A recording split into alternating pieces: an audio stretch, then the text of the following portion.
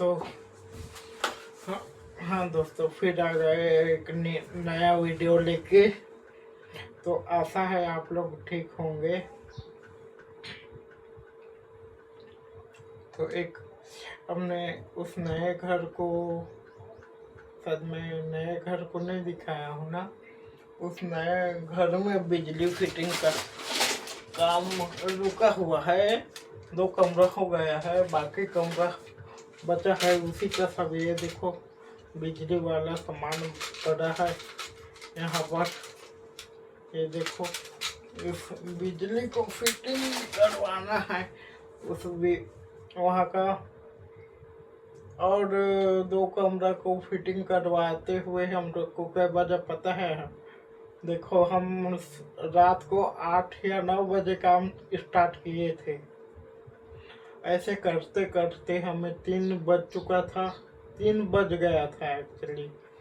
तो हम लोग रात को 3 या 3:30 बजे से, वो भी मच्छर, इतना मच्छर, इतना मच्छर और इतना गर्मी, क्योंकि पंखे वाले में तो हमारे माता पिता और एक बहन चाचा की लड़की वो आई थी, और उन्हीं का हस्बैंड, चाचा की लड़की का हस्बैंड, वो फिट किया हमारे उस वाले लाइन को, बिजली को, 2 कमरा का।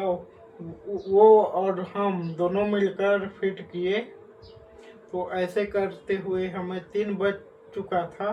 तो 3 बज तो हम सोचे कि एक आध 2 घंटा नींद ले लेते हैं। ऐसा कर सोने चले गए। तो सोने गए तो इतना मच्छर, अब क्या बताए।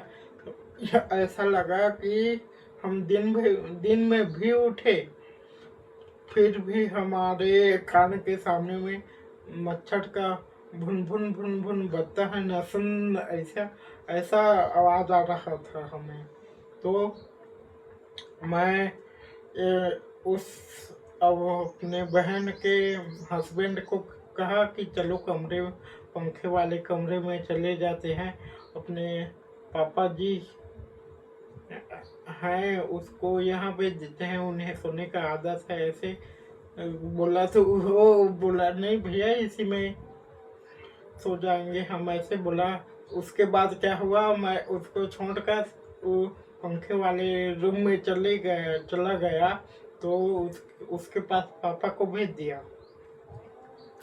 फिर वहाँ से मैं पंखे वाले में आया, बाथरूम बाद फ्रेश होने उठा।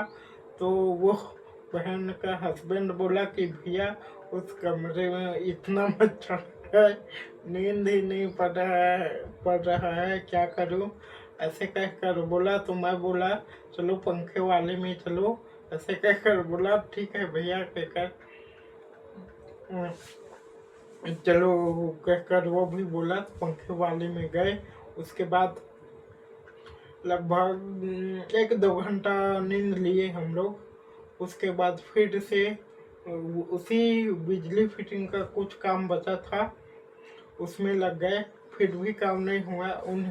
उसी का इंतज़ार है। वो ये बचा है, वो आएगा तो फिर वो फिट करेगा।